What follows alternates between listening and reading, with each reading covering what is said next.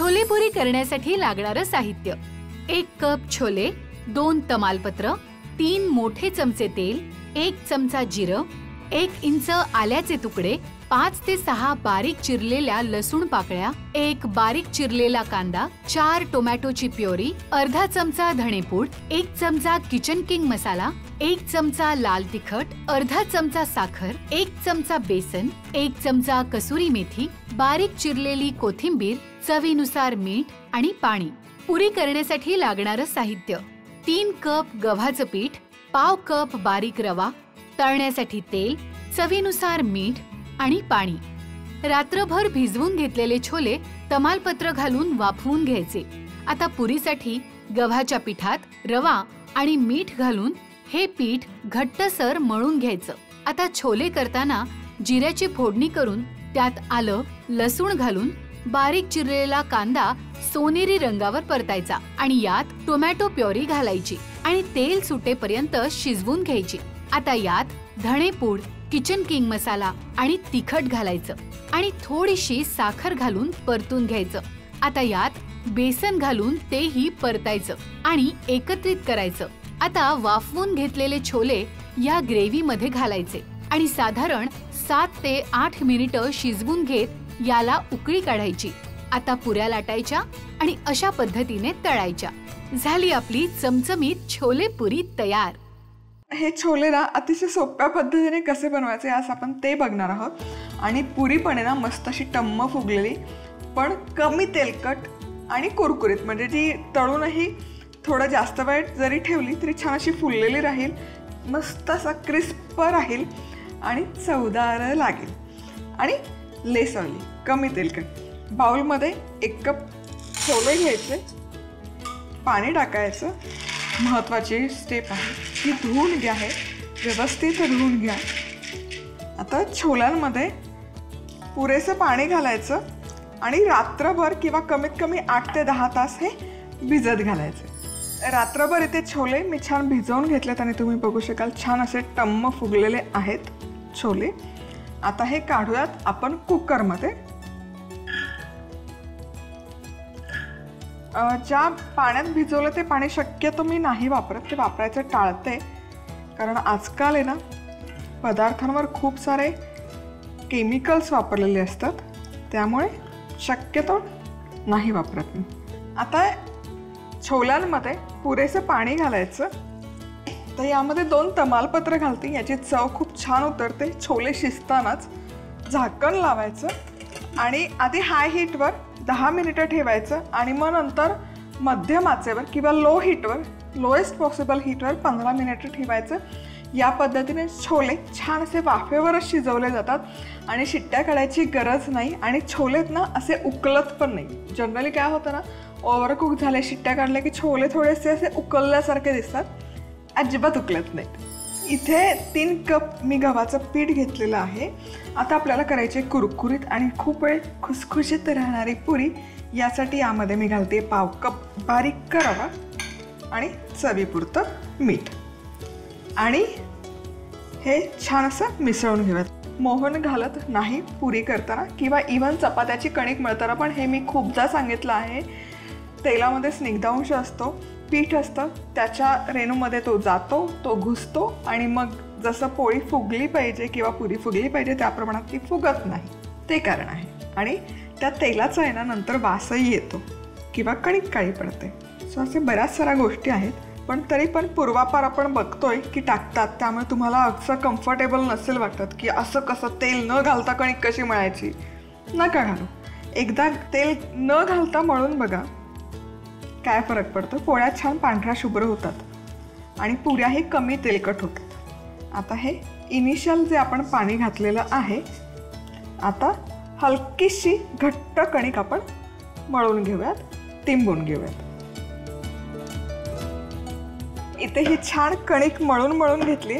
आपण नेहमी पोळींची कणिक करतो ना, त्यापेक्षा हलकीशी घट्टसर आहे ही कणिक.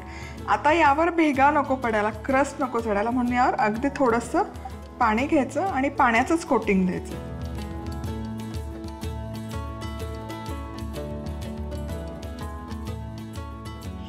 आणि आता हे मुरण्यासाठी अर्धा तास बाजूला ठेवूया. आता छोले मसाला तयार करूया। तेल मस्त तापलेलं आहे, यामध्ये जाईल जिरं। जिरं मस्त फुललं की थोडंसं आल्याचे उभे काप, थोडासा लसूण बारीक चिरलेला, हे छान आहे ना एकत्र फ्राय करूयात। आहा हा, काय मस्त सुवास दरवळतोय। साधीच फोडणी आहे पण आहा। ते यामध्ये अगदी बारीक चिरलेला कांदा घालायचा आणि अर्थातच कांदा छानपैकी सोनेरी रंगावर परतून घ्यायचा। आता कांद्याला ना हलकासा सोनेरी रंग यायला सुरुवात झालेली आहे। आता काय करूया, आता इथे मी 2 टोमॅटो घेतलेले आहेत, छान अशा मोठ्या फोडी करून घेतल्या। याची आहे ना प्युरी तयार करूया।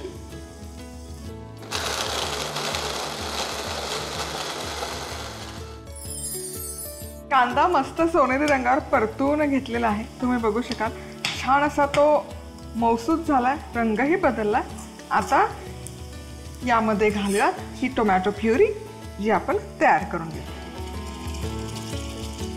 आणि हे एकत्र आणखी एक 5 ते 6 मिनिटं छान शिजवून घेऊया। वा, इथे बघाल तुम्ही टोमॅटो आणि कांदा छान शिजलाय एकत्र आणि छान असं तेलही सुटलंय टोमॅटोला। आता या स्टेजला यामध्ये घालूयात मसाले। मसाल्यांमध्ये अगदी बेसिक मसाले, धनेपूड घालते। धनेपूड थोडी जास्त घालायची छोले मसाल्याला, जवळपास 1.5 चमचा आहे। 1 चमचा किचन किंग मसाला। यामध्ये आपण घालूयात लाल तिखट, बेडगी मिरची पावडर, भाज्यांना रंग सुरेख येतो। हे एकत्र 1 मिनिटभर परतून घ्यायचा मसाला। काय सुवास दरवळणार, मसाला काय दिसतोय जबरदस्त। आता यामध्ये मीठ घालते चवीपुरतं, नंतर नाही घालणार आहे, मसाल्यातच घालते। आणि अर्धा चमचा साखर। साखर घालणं अगदी ऑप्शनल आहे, पण टोमॅटो आहे, टोमॅटोमध्ये हलकासा आंबटपणा असतो, तो कमी करण्यासाठी शक्यतो टोमॅटो पेस्ट जेव्हा मी कुठली पदार्थ किंवा गोष्ट करते ना तेव्हा साखर वापरते। आता हा मसाला कढईच्या एका बाजूला करून घेऊयात आणि याच्या मधोमध 1 चमचा घालायचे बेसन। बेसनने काय होतं ना, छोले मसाला आहे त्याला छान असा एकसंधपणा येतो। आता बेसन नसेल घालायचं तर तुम्ही काय करू शकता, छोले आहेत त्यातले थोडे छोले मॅश करा आणि ते त्यामध्ये मिक्स करून टाका। पण मी शक्यतो प्रेफरेबली बेसन वापरते, याचा जो एकसंधपणा आहे तो खूप अप्रतिम येतो। आता हे भाजलेलं बेसन या मसाल्यांमध्ये करूयात मिक्स। छोले पण छान वाफवून घेतलेले आहेत, चेक करूयात। आहा, आता हे छोले गरम गरम छोले या ग्रेव्हीत मसाल्यामध्ये घालून घेऊयात। यात पाणी आहे ना, पाण्यासकट मी घालणार आहे। हे ढवळून घेऊयात आणि एक 7 ते 8 मिनिटं हे आता छान आला एक उकळी काढूयात। आता या स्टेजमध्ये या घालायची 1 चमचा कसुरी मेथी।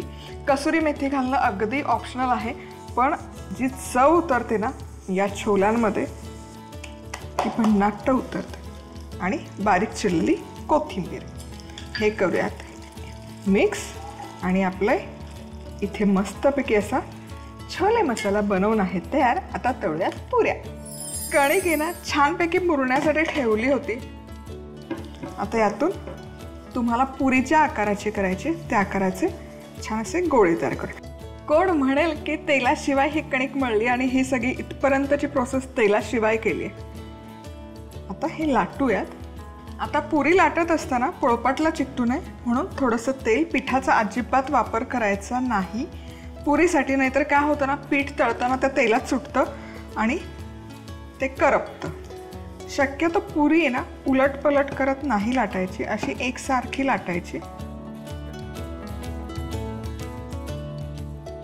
तर ही छान अशी एकसारखी पुरी लाटून झाली। ही जी बाजू आहे ना खालची, ज्यावर आपण ही पुरी लाटली, हीच बाजू आपण तेलामध्ये सोडणार आहोत। तेल छान कडकडीत गरम केलेलं आहे आणि मग गॅस मध्यम आचेवर करायचा। तेल छान तापलेलं पाहिजे पुरी तळताना, नाहीतर पुऱ्या फुलत नाहीत। तुम्ही बघा काय मस्त टम्म पुरी फुगलेली आहे। आता ही बाजू पण छान तळून घेऊयात, छान अशी सोनेरी रंगावर। मस्त सोनेरी राहिली दोनही बाजूने. आता काढूयात टिश्यू पेपरवर.